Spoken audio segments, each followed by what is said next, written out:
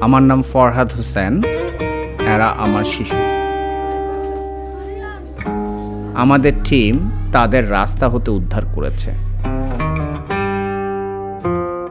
প্রত্যেক দিন তারা মানসিক ও শারীরিক নির্যাতনের ঝুঁকির সম্মুখীন হয়। আমি এসব বৈষম্য দেখে সহ্য করতে পারি না।